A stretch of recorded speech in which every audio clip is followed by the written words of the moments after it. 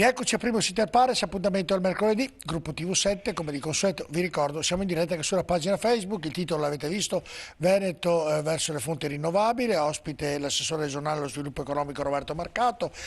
Abbiamo iniziato la prima parte a parlare di quello che è successo all'interno delle dichiarazioni che ha fatto Roberto Marcato, siamo chiariti, siamo arrivati a parlare del suo partito che sta facendo ovviamente i congressi provinciali, ho visto che è nata tanta polemica, nuovi iscritti, non nuovi iscritti, lei adesso è candidato come segretario del partito in regione, mi racconti un po' anche questa storia?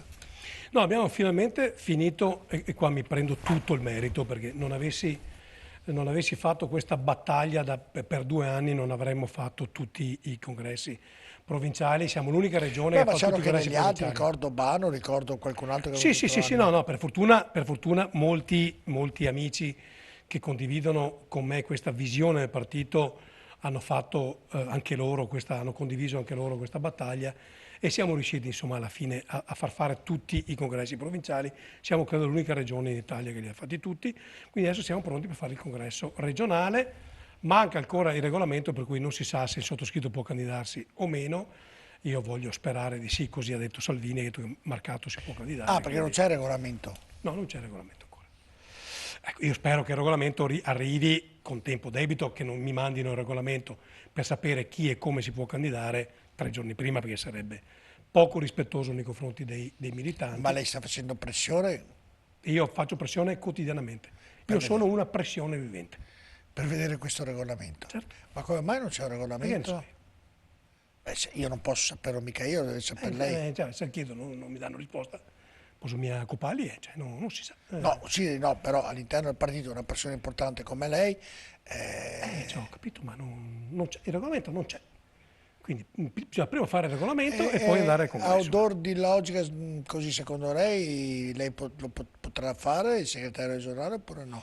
Ma io sto sulle parole che ha detto il segretario federale Matteo Salvini, che a Venezia ha detto Marcato si può candidare, per cui insomma se lo dice lui, sopra di lui non c'è nessuno nel partito. So che qui in Veneto magari qualcuno preferirebbe non vedermi candidato, però insomma se ne faccia una ragione. E c'è una previsione quando ci saranno queste... Io lo chiedo da un anno, spero si faccia dopo le amministrative.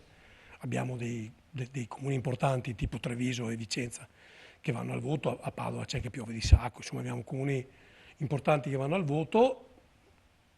Una volta che siamo andati al voto, finiti anche i ballottaggi se ci saranno, non c'è più motivo. Quindi maggio... A metà maggio ci sono le amministrative, ballottaggi compresi fine maggio, quindi a giugno, volendo si può andare tranquillamente al congresso. No, certo, e quindi a giugno ma secondo lei ci andrà? Io non mollo mai, quindi lo chiedo perché oppure mi devono spiegare per quale motivo non Lei si sa va. che anche il suo leader politico ha detto se non ci sarà autonomia entro il 2022 o 2023 noi usciremo dal governo. Secondo lei verrà rispettata quella parola oppure sono parole che si dicono tanto per dire? Ma io guardi, continuo a dire, io sono sempre coerente, io continuo a dire quello che dico da anni.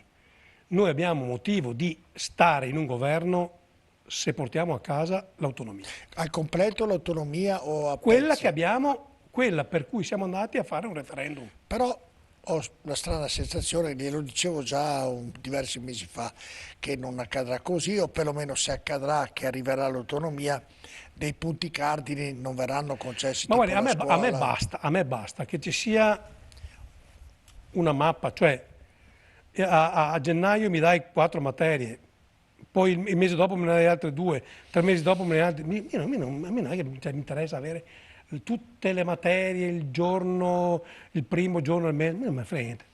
Ma è riduttivo avere 4 materie. È il progetto che è complessivo, che su quello non si può transigere. Marcato, il progetto merita per fatto un referendum dove tutti i veneti hanno detto vogliamo l'autonomia, sono passati 6 anni e non c'è nemmeno traccia. Questo è il vero dato di fatto. No, non è vero, perché per la prima volta è stata approvata nel Consiglio dei Ministri, firmata dal Presidente dello Stato, dal Presidente Mattarella, e adesso inizia il percorso parlamentare. Cioè, dopodiché, siccome oggi noi abbiamo la maggioranza in Parlamento, se Però il Parlamento non passa, qualcuno tradisce. E allora, no, in quella se qualcuno tradisce, io non in posso stare con i quella, in traditori, quella ma non voglio neanche maggioranza, pensarlo. in quella maggioranza siete gli unici determinati a voler l'autonomia, gli altri non sono come voi, ho la strana sensazione che difficilmente Vabbè, ma non arriverà. sono come noi, ma neanche noi non abbiamo brindato su Roma Capitale. Cioè, quando sei in coalizione, mandi giù qualche rospo per il bene della coalizione, per il bene del No, paese. ma è una Per battaglia cui, che quella di Marcato che è, che è coerente, che ha perfettamente ragione. Io ho molti dubbi che all'interno del suo partito a livello nazionale ci sia la coerenza che ha Marcato.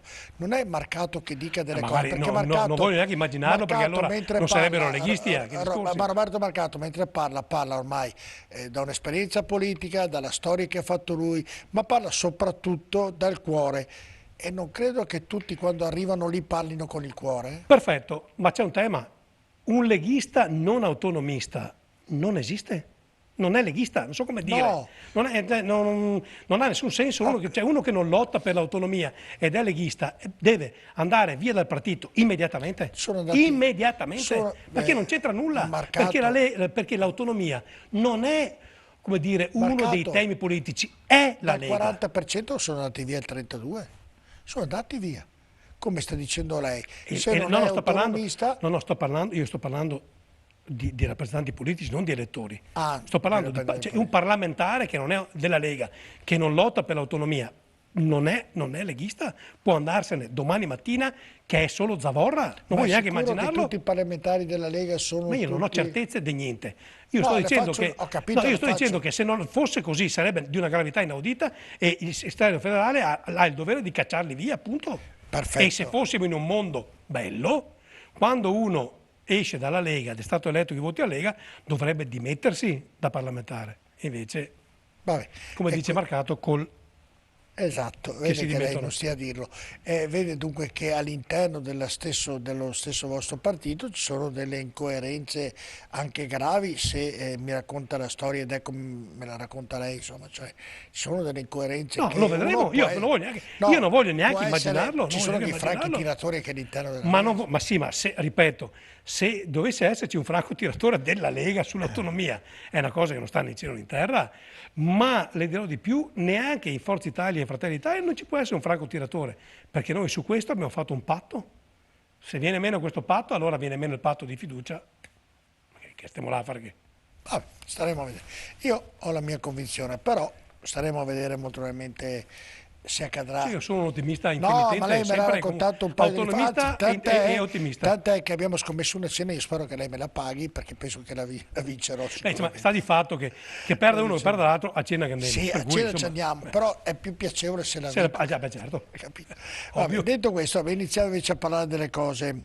Senta, tanta gente chiede, no, visto che parliamo di temi energetici, come funzionano le comunità energetiche? Iniziamo da qui per fare un ragionamento Allora, in modo, sì. Roberto Marcato, a rendere Sì, chiaro ma a tutti. guarda, diamo due informazioni, due. Allora, a luglio dell'anno scorso io ho portato in consiglio una legge sulla promozione delle comunità energetiche, legge che è stata votata all'unanimità perché è stata la sintesi di tre proposte di legge, una del sottoscritto, una di Lorenzoni, Padovano, e un'altra della Guarda, che è un altro consigliere di opposizione. Abbiamo messo insieme queste tre proposte di legge, ne abbiamo fatta una e l'abbiamo votata all'unanimità. Questo racconta anche della serietà di una certa E classe cosa politica. direbbe questa legge? Questa serve per promuovere e come primo finanziamento per costituire le comunità energetiche. La comunità energetica non è altro che mettersi assieme un condominio, per esempio, i condomini, oppure il comune e la palestra e l'asilo, oppure l'area artigianale, si mettono insieme e creano appunto questa comunità, questa struttura, dove attraverso fotovoltaico, pompe di calore, solare termico, insomma, attraverso le energie rinnovabili producono energia pulita e la autoconsumano, quindi la producono e la consumano. Questo consente primo di produrre energia pulita e questa è una cosa bella. 2, alleggerire la dipendenza dagli altri paesi sul tema energetico. 3, di averla a un costo nettamente inferiore. Perché? Perché sull'energia prodotta ci sono incentivi fiscali e io stesso ho previsto 10 milioni di euro a fondo perduto da dare come contributo a chi vorrà fare la comunità energetica. Ecco, in virtù di quello che lei adesso abbiamo chiarito anche cosa sono e come funzionano, e in virtù di questo c'è una concretezza oppure come sempre un pur parler? No, allora,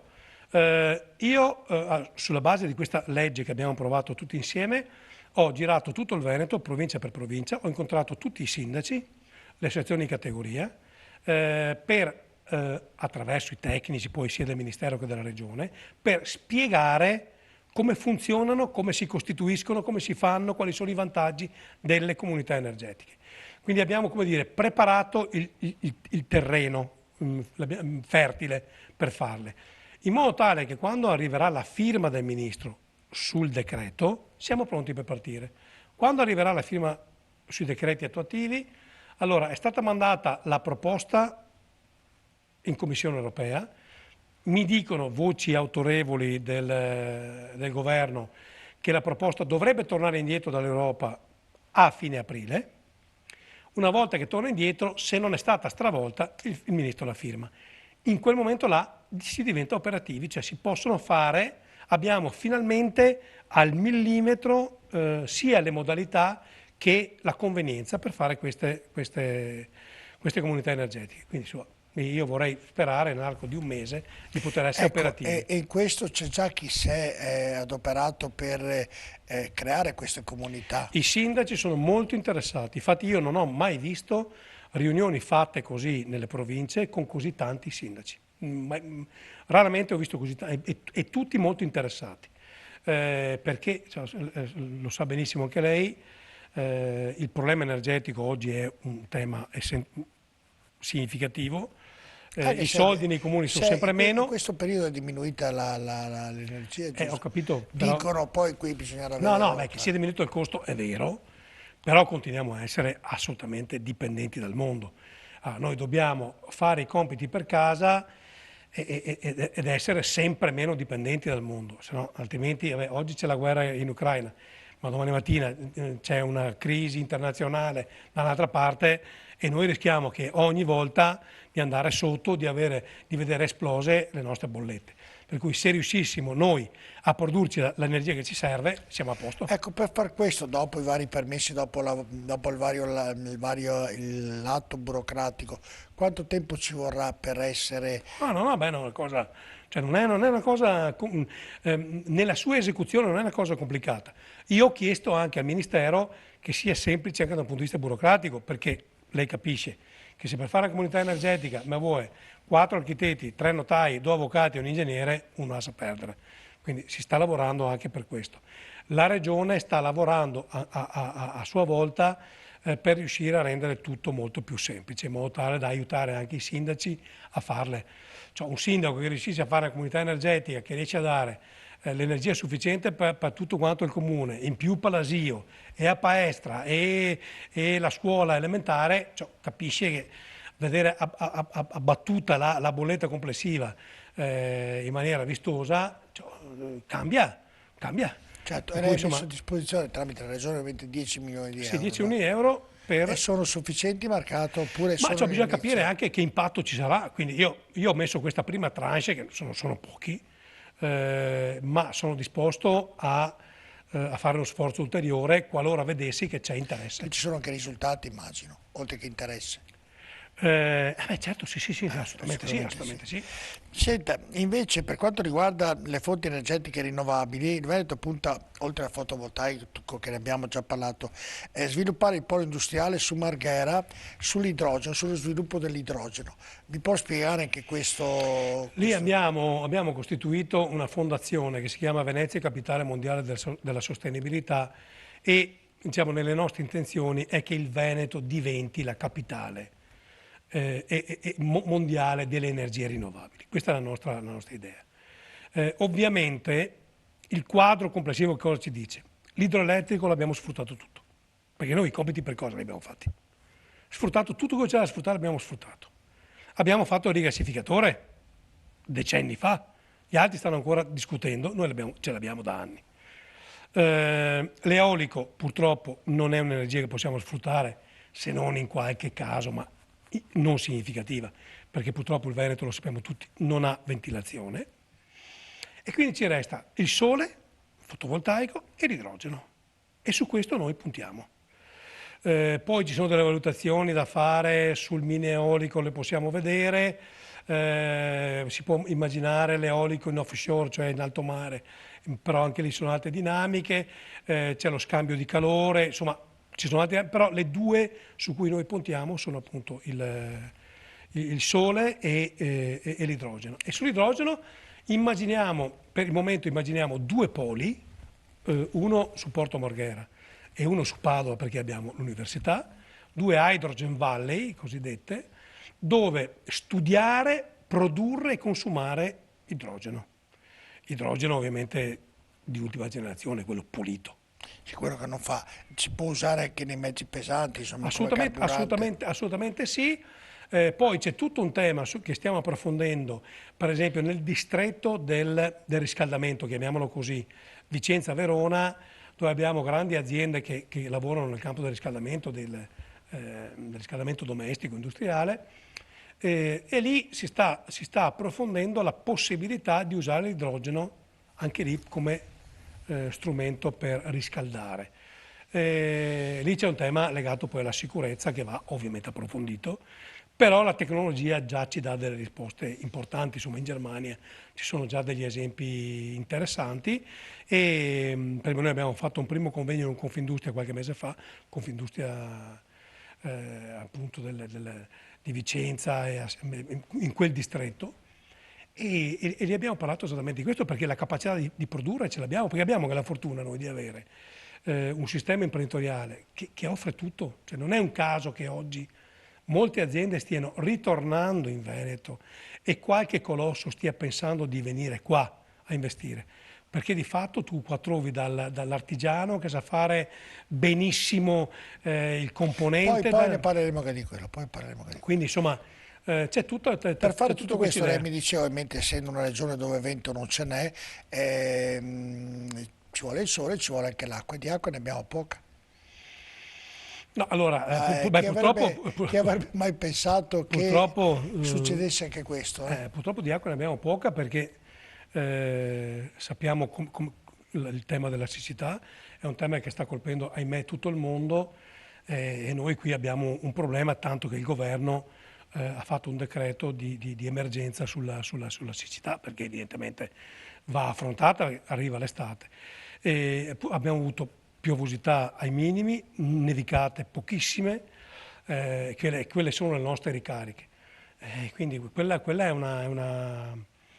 un tema su cui bisogna fare una grande riflessione. Perché bisognava fare dei bacini di raccolta e raccogliere l'acqua che arriva dai fiumi invece che farla Sì, ma il problema è che non c'è. No, adesso, ma se la raccoglievamo nei tempi quando c'era e avendo dei posti dove si poteva raccoglierla... Ma guarda, noi gli investimenti sui bacini di laminazione e di raccolta no, sì, ma quelli se ne arriva acqua, ma se non ne arriva e dobbiamo sfruttare quelle che abbiamo, dovremmo avere dei bacini di raccolta, cioè se l'Adige, il Po, qualsiasi altro fiume, il Brenta, l'acqua che arriva venisse non gettata in mare, ma raccolta in determinati... No.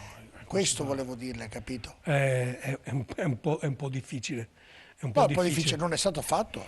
No, ma non si può, cioè, poi non è che possiamo prosciugare i fiumi. No, non deve prosciugare i fiumi. I fiumi hanno una loro dinamica anche fisica che non sono... Sì, però io credo che una parte, nei momenti di molta affluenza di piogge, neve e tant'altro degli anni, qualcosa si poteva raccogliere di importante. Sì, ma qualcosa è stato... Poi sa, è che non siamo predisposti nemmeno a quello.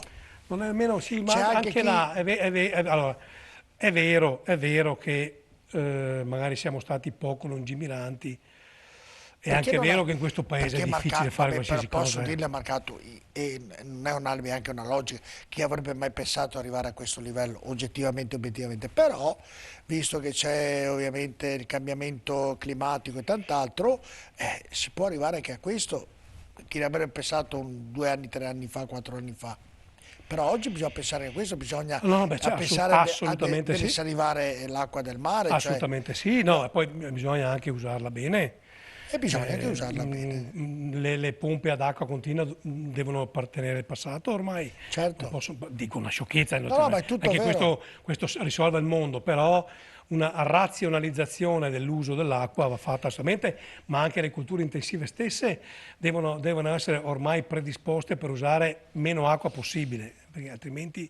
No, no, assolutamente tutto vero. eh, Dico che sapendo cosa sarebbe accaduto negli anni a venire, insomma, si poteva anche raccogliere e mettere via dell'acqua, perché credo sarà anche questo un motivo di discussione, un No, motivo di no, questo sarà ragionamento.